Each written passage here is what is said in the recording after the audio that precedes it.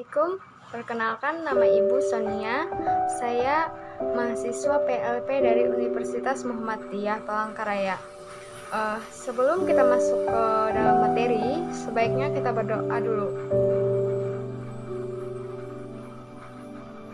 Berdoa selesai. Sebelum kita masuk ke materi, sebaiknya kita absen dulu. Untuk mengawali perkenalan kita, Ibu minta tolong untuk setiap siswa untuk mengumpulkan atau mengirimkan foto ke grup WA kita.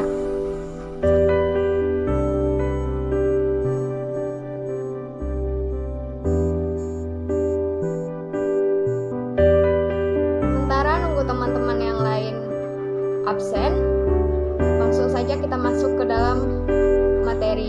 Materi kita hari ini tentang potensi sumber daya alam dan kemaritiman Indonesia.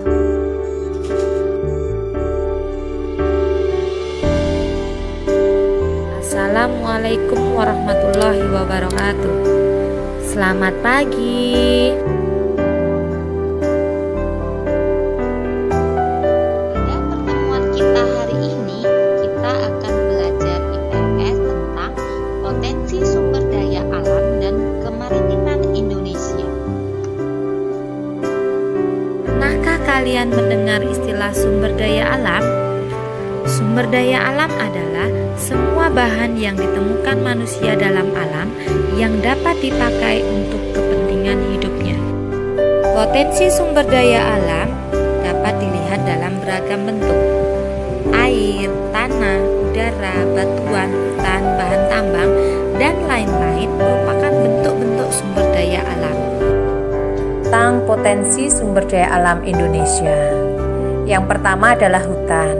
Pernahkah kalian mengunjungi hutan wisata? Hutan itu merupakan sebuah kawasan yang ditumbuhi dengan lebat oleh pepohonan dan tumbuhan lainnya. Nah, carilah informasi tentang jenis-jenis hutan yang ada di Indonesia. Ini adalah perbandingan luas hutan di Indonesia dan di dunia. Kita berada pada peringkat 9 anak-anak. Yang pertama itu adalah Rusia, yang kedua adalah Brasil, yang ketiga Kanada, yang keempat Amerika Serikat, yang kelima Cina, yang keenam Republik Demokrasi Kongo, yang ketujuh Australia, kedelapan Argentina, kesembilan Indonesia, dan 10 India. Demikian tadi 10 negara dengan luas hutan yang terluas di dunia. Kita lanjutkan ya anak-anak. Potensi sumber daya hutan itu antara lain memiliki kekayaan flora dan fauna dan keanekaragaman hayati. Nah, ini di hutan.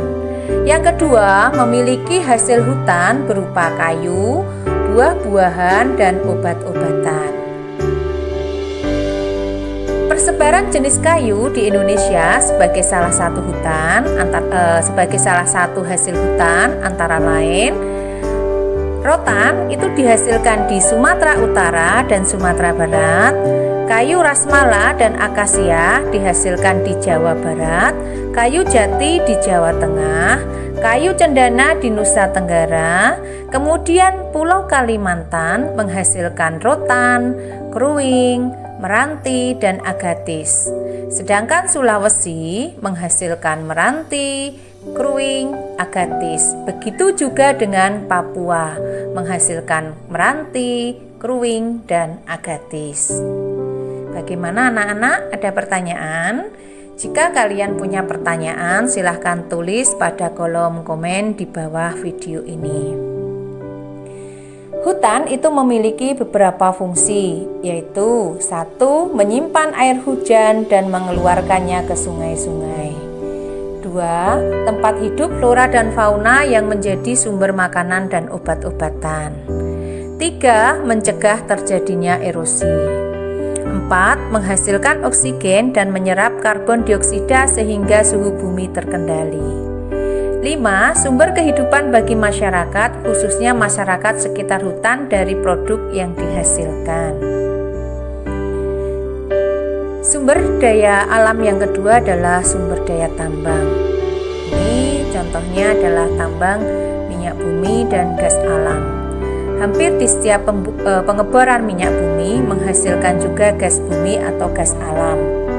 Hasil pengeboran gas bumi itu kemudian ditampung lalu dicairkan menjadi LNG. Dan itu menjadi bahan bakar. Nah, coba kalian perhatikan pada gambar ini.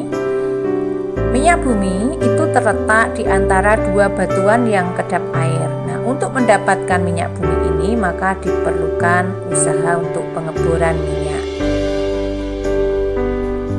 Nah, ini adalah peta persebaran minyak bumi dan gas alam di Indonesia, yaitu Aceh, Riau, Sumatera Selatan, Jawa Barat, Jawa Tengah, Jawa Timur, Kalimantan Selatan, Kalimantan Timur, Maluku, dan Papua.